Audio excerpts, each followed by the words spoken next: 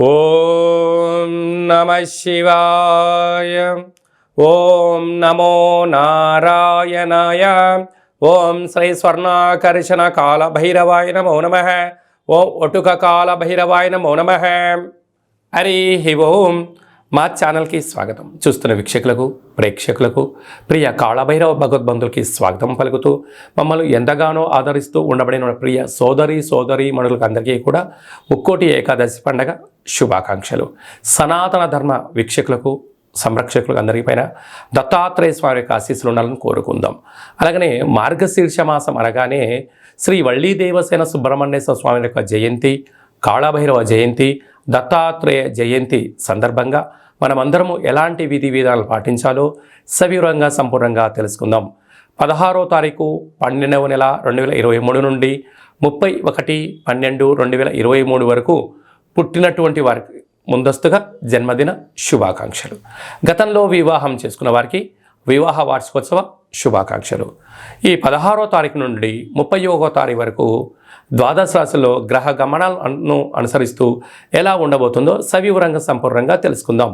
మేషరాశిలో గురు సంచార స్థితి, కన్యరాశిలో కేతు సంచార స్థితి, తులారాశిలో శుక్రుడు స్వక్షేత్ర సంచార స్థితి, వృశ్చిక రాశిలో కుజుడు స్వక్షేత్ర సంచార స్థితి, ధనుసు రాశిలో రవి బుధ సంచార స్థితితో బుధాదిత్య రాజయోగంతో ప్రయాణం అవ్వడం, కుంభరాశిలో శనేశ్వర స్వామి స్వక్షేత్ర సంచార స్థితి, మీనరాశిలో రాహు సంచార స్థితితో ద్వాదశ రాశుల్లో గ్రహ గమనాలు ఈ విధంగా ఉన్నాయి. ఇక్కడ విశేషంగా శుక్రుడు స్వక్షేత్రకారకుడు, కుజుడు స్వక్షేత్రకారకుడు, శనేశ్వర స్వామివారు స్వక్షేత్రకారకుడు. విశేషమైనటువంటి 3 గ్రహాలు స్వక్షేత్రంగా ఉన్నప్పుడు ఎలాంటి ఉపయోగాలు ఉంటాయో సవివరంగా సంపూర్ణంగా తెలుసుకుందాం. మీనరాశి వారు ఈ కాళభైరవ జయంతి సందర్భంగా ఎలాంటి విధి విధానాలు పాటించాలో ఈ వీడియోలో సవివరంగా సంపూర్ణంగా తెలుసుకుందాం. మీనరాశిలో ఏ నక్షత్రాలు వస్తాయనగా పూర్వాభాద్ర నక్షత్రంలోని చివరి పాదం 4వ పాదం, ఉత్తరాభాద్ర నక్షత్రంలో 4 పాదాలు, రేవతి నక్షత్రంలోని 4 పాదాలు కలిపితే మీనరాశి. చాలామందికి పుట్టినటువంటి కాల సమయంలో డేటా బర్త్లో లేనటువంటి ఏకైక కారణం వలన పేరు యొక్క మొదటి అక్షరాన్ని అనుసరిస్తూ ఆ రాశిని తెలుసుకునే ప్రయత్నం అవుతుంది. అవి ఏ అక్షరాలు ఒకసారి పరిశీలన చేద్దాం. ది, దుమ్, షం, జా, ధ, దే, దో, చా, చి అక్షరాల వారందరూ కూడా మీనరాశి జాతకులే. మీనరాశి యొక్క అధిపతి దేవగురు బృహస్పతి. వీరికి ఒకవైపు ఏళ్ల నాటి శని ప్రారబ్ధ సంచార స్థితిలో ఉండడం, రాశిలోనే రాహు సంచారం చేయడం, ధనావాకు కుటుంబ స్థానంలో గురు సంచార స్థితి ఉండడం, 7వ స్థానంలో కేతు సంచార స్థితి ఉండడం, అష్టమంలో శుక్రుడు స్వక్షేత్రకారకంగా ఉండడం, భాగ్యంలో కుజుడు స్వక్షేత్రకారకంగా ఉండడం, రాజ్యస్థానంలో బుధాదిత్య రాజయోగం ఉండడం, వ్యయంలో శనేశ్వర స్వామి వారు స్వక్షేత్రకంగా సంచారం చేయడం వలన ఒకవైపు ఏమో ఏలనాటి శని, మరొక వైపు ఏమో బుధాదిత్య రాజయోగం, మరొక వైపు ఏమో 3 గ్రహాలు స్వక్షేత్రంగా ఉండడము మీనరాశి వారికి అద్భుతమైన యోగకాలమైన మంచి కాలంగా గుర్తించగలగాలి. వీరు చేస్తున్న వృత్తులలో, ఉద్యోగాల్లో, వ్యాపారాల్లో ధర్మబద్ధంగా, న్యాయబద్ధంగా ఉండడం వలన ప్రమోషన్స్ రావడం, విదేశాలకు వెళ్ళడం, విదేశాల నుంచి పెట్టుబడులు మీకు రావడం, స్థిరాస్తులు, చరాస్తులు, గృహాలు, భవనాలు, క్రయ విక్రయాలు యోగదాయకం. కాకపోతే మీ జన్మ నక్షత్రం రోజున అష్టమి తిథి, పూర్ణిమ తిథి ఎందున దూరవాయు జల ప్రయాణాలు పెట్టుకోకపోవడం మంచిది.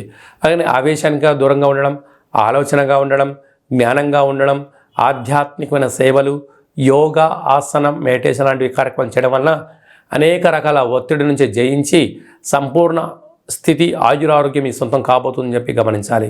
అలాగే సాఫ్ట్వేర్ ఉద్యోగస్తులకు, హార్డ్వేర్ ఉద్యోగస్తులకు, స్వయం వృత్తుల వాళ్ళు, సేవారంగాల వాళ్ళు, అలాగనే గృహ భవన నిర్మాణ కార్మికులకు, వ్యవసాయ సోదరీమణులకు ఇది చాలా మంచి కాలము అని చెప్పి గమనించాలి. ఈ డిసెంబర్ నెలలో ద్వితీయార్థంలో ముఖ్యమైనటువంటి పండగల గురించి సవివరంగా సంపూర్ణంగా క్లుప్తంగా తెలుసుకుందాం. 17వ తారీఖున ధనుర్మాస ప్రారంభము. అనేక వెంకటేశ్వర స్వామి యొక్క దేవాలయంలో కానీ, రామాలయంలో కానీ, హనుమాన్ దేవాలయంలో కానీ ధనుర్మాస ప్రారంభ మహోత్సవ కార్యక్రమాలు జరుగుతూ ఉంటాయి. తిరుపావై సేవ జరుగుతూ ఉంటుంది. మనమందరము కూడా సేవలో పాల్గొందాం, స్వామివారి యొక్క ఆశీస్సులు పొందుదాం. 18వ తారీఖున షష్ఠి సోమవారం సందర్భంగా శ్రీ వళ్ళీ దేవసేన స్వామివారి యొక్క జయంతి. పుట్టలో పాలు పోద్దాం. పంచముఖ నాగేంద్ర స్వామివారికి పాలు పోసి అభిషేకం చేసినట్లయితే జాతకంలో కుజదోషము, సర్పదోషము, నాగదోషము తొలగిపోయి వివాహం కాని వారికి వివాహము, సంతానం లేని వారికి సంతానము, ఉద్యోగం కావాలి అనుకున్న వారికి ఉద్యోగము, సంపూర్ణమైనటువంటి కుజ, సర్ప, నాగ, పితృదోషాలు తొలగిపోతాయని చెప్పి గమనించగలగాలి. 20వ తారీఖున అష్టమి బుధవారము మనము కాలభైరవ జయంతి కనుక జయంతి రోజున స్వామివారి యొక్క కాలభైరవ అష్టకాన్ని విన్నా, కాలభైరవ స్వామి యొక్క పూజ చేసిన, కూష్మాండ దీపాన్ని వెలిగించిన అద్భుతమైనటువంటి మనకు అష్ట కష్టాలు తొలగిపోయి అష్టైశ్వర్య ప్రాప్తి కలుగుతుందని చెప్పి గమనించాలి. అలాగే మనకు ఇంట్లో కుదరకపోతే ఈ కిందనే మనం సంప్రదించినట్లయితే కాళభైరవ స్వామికి అభిషేకము, కూష్మాండ దీపము, కాళభైరవ యొక్క సౌభాగ్య ముడుపు కట్టి మీ పేరున పూజ చేయించడం జరుగుతుంది. కనుక వాట్సాప్ ద్వారా మీకు ఆన్లైన్ ద్వారా మీకు ప్రత్యక్ష ప్రసారం కూడా చూపించడం జరుగుతుంది. అలాగనే 26వ తారీఖున మార్గశిర మాస శుద్ధ పూర్ణిమ, ఇక దత్తాత్రేయ స్వామి యొక్క జయంతి కనుక మనకు సంవత్సరానికి వచ్చేది ఒకరోజు కనుక దత్తాత్రేయ స్వామిని స్మరించడం, ధ్యానించడం, గురుచరిత్ర పారాయణం చేయడం, శునకపు మహారాజులకు కానీ, గోమాతలకు కానీ, పచ్చిగడ్డిని కానీ ఆహారాన్ని దానం చేయడం వల్ల సంపూర్ణంగా మనం ఋగ్వేదము, యజుర్వేదము, సామవేదము, అధర్వణ వేదాన్ని చదివినా, పారాయణం చేసినా, విన్నా ఎంత పుణ్యం కలుగుతుందో మనం కూడా దత్తాత్రేయ స్వామి వారి యొక్క దర్శనము, పఠనము, శ్రవణము యోగదాయకం అని చెప్పి గమనించగలగాలి. ఇంకను ఈ డిసెంబర్ నెలలో ద్వితీయార్థంలో అద్భుతమైన విజయం సాధించగలగాలి అన్నట్టయితే ఏం చేయాలో కూడా మనం తెలుసుకుందాం. ఈ యొక్క పాత్రను కంచు పాత్ర అంటారు. కాళభైరవ స్వామి వారి యొక్క స్వర్ణ ఆకర్షణ అక్షయ పాత్ర అంటారు.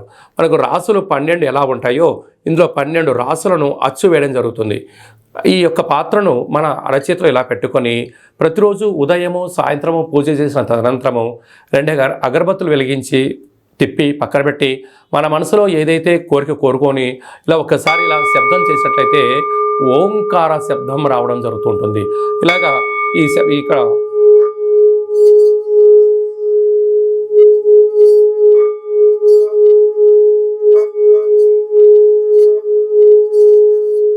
ఈ యొక్క అక్షయ పాత్ర ద్వారా ఈ శబ్దాన్ని సృష్టించడం వలన ఓంకార శబ్దం ద్వారా గృహంలో ఉండబడినటువంటి వాస్తు, నరదృష్టి, శత్రు ప్రభావ దోషాలు తొలగిపోతాయని చెప్పి గమనించగలగాలి. అక్షయము అనగా నశించబడినటువంటిది, కాలభైరవుడు అనగా కాలం అనేటువంటిది మనకు అనుకూలంగా ఉండేటువంటి పరిస్థితి ఉంటుంది. పిలిస్తే పలికే ఏకైక భగవంతుడే కాళభైరవ స్వామివారు. కనుక మనమందరము కూడా ఈ కాళభైరవ జయంతి సందర్భంగా స్వామివారిని స్మరిద్దాం. గృహంలో కూష్మాండ దీపాన్ని లేక నారికేల దీపాన్ని వెలిగించుకుందాం. అక్షయ పాత్రను సొంతం చేసుకుందాం.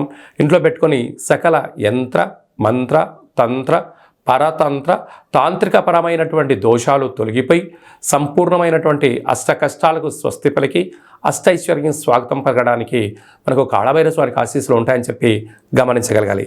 ఆసక్తి గలవారు ఈ కిందని మనం సంప్రదించి పొందగలరు.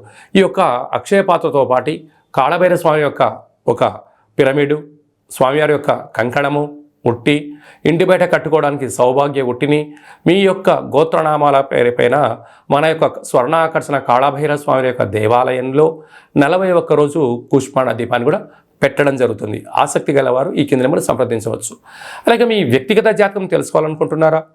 మీ యొక్క పేరు, పుట్టినటువంటి తేదీ, నెల, సంవత్సరం, పుట్టిన సమయం రాసి వాట్సాప్లో పంపించగలిగినట్లయితే మీరు పుట్టినప్పుడు గ్రహ గమనాలు ఎలా ఉన్నాయి, ప్రస్తుతం ఎలా ఉంటున్నాయి, రాబోయే కాలంలో ఎలా ఉండబోతున్నాయో సవివరంగా సంపూర్ణంగా 100 సంవత్సరాల జాతకాన్ని వ్రాసి పంపించి మీకు తెలియజేయడం జరుగుతుంది.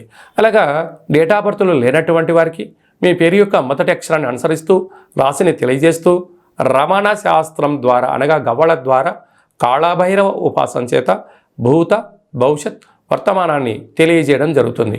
కనుక మీ వ్యక్తిగత జాతకం తెలుసుకోవాలనుకుంటున్న వారు ఈ కింద నెంబర్ని సంప్రదించి ఆన్లైన్ ద్వారా కానీ, ఆఫ్లైన్ ద్వారా కానీ, వాట్సాప్ ద్వారా కానీ అపాయింట్మెంట్ తీసుకొని సంప్రదించగలరు. అలాగనే మీ యొక్క అబ్బాయికి కానీ, అమ్మాయికి కానీ వివాహం కావడం లేదా, ఆ యొక్క జాతకంలో అనేక రకాల సమస్యలు ఉన్నప్పుడు, లేకుంటే వచ్చినటువంటి వధువు కానీ వరుడు యొక్క జాతకం కలిసిందా కలవలేదా అనేటువంటిది తెలుసుకోవాలనుకున్నట్టయితే వారి యొక్క డేటా బర్త్లు కానీ వారి యొక్క పేర్లను కానీ మీరు పంపించినట్లయితే వివాహ జాతక పొంతన వారి యొక్క గణాలు, గుణాలు, జంతు పరిశీలన చేసి మీకు సవివరంగా తెలియజేయడం జరుగుతుంది. అలాగే గతంలో వివాహం చేసుకున్న వారికి దంపతులు మధ్యలో సఖ్యతగా ఉండకపోవడం కానీ, ఒకరిపైన ఒకరు అగౌరవంగా ఉండడం కానీ 490 కేసులు పెట్టుకోవడం కానీ పోలీస్ స్టేషన్లో గొడవలు వెళ్తూ అలాగా విడాకుల దాకా వెళ్ళినటువంటి వారందరూ ఎలాంటి ఇబ్బంది పడకుండా మీ యొక్క జాతకంలో కానీ మీ పేరులో కానీ స్వల్పమైనటువంటి మార్పులు చేర్పులు చేయడం వలన మీకు ఉజ్వలమైన మంచి బంగారు భవిష్యత్తుకు ఆధ్యాత్మిక సలహాలు సూచనలు ఇవ్వడం జరుగుతుంది. తెలుసుకునే వాళ్ళు తెలుసుకోవచ్చు. అలాగే మీకు పుట్టినటువంటి అబ్బాయి కానీ అమ్మాయికి కానీ పేరు ఎలాంటి పేరు పెట్టగలగాలి, పేరు యొక్క మొదటి అక్షరం ఏం రాగలగాలి, రాబోయే కాలంలో ఆ పేరులో ఉన్న వైబ్రేషన్స్ విషయం తెలుసుకొని పేరు పెట్టినట్లయితే అంటే ఏదైనా కూడా ఒక వ్యవస్థలు కానీ సంస్థలు కానీ ఒక వ్యక్తి పేరును బట్టి తన యొక్క జీవన గమనం ఆధారపడి ఉంటుంది కనుక వాటి పేర్లను మన యొక్క దేవాలయంలో ఆధ్యాత్మికమైనటువంటి అద్భుతమైనటువంటి మంచి పేర్లను మీకు సజెషన్ చేయడం జరుగుతుంది. కనుక ఆసక్తి గలవారు ఈ కింద నెంబర్ సంప్రదించి అపాయింట్మెంట్ తీసుకొని సంప్రదించగలరు. అందరికీ కళవు వెంకటనాయక అన్నట్టుగా వెంకటేశ్వర స్వామి ఆశీస్సులు ఉండాలని కోరుకుందాం. అందరినీ ఆశీర్వదించడం ప్రార్థన చేద్దాం. ఓం శతమానం భవతి శతాయు పురుష సతేంద్రియ ఆయుష్యేవేంద్రియే ప్రతిష్టతి ధనం ధాన్యం బహుపుత్రలాభం శత సంవత్సరం దీర్ఘమాయు సర్వే జనా సుఖినో భవంతు లోకా సమస్తా సుఖినో భవంతు సర్వం శ్రీ కాళభైరవ దేవతార్పణమస్తు. హరి ఓం. ఈ వీడియో మీకు నచ్చినట్టయితే లైక్ చేయండి, షేర్ చేయండి, మా ఛానల్ని సబ్స్క్రైబ్ చేసుకోండి. నేను చేస్తున్న ఆధ్యాత్మిక వీడియోలు మీకు ముందస్తుగా నోటిఫికేషన్ రావాలి అన్నట్టయితే గంట సింబల్ ప్రెస్ చేయండి, పైన ఆల్ అనే బటన్ కూడా తెలియజేస్తూ భగవద్బంధులకు, మిత్రులకు, సనాతన సంరక్షకులకు ఈ యొక్క వీడియోను ఫార్వర్డ్ చేసి హిందూ ధర్మాన్ని కాపాడండి.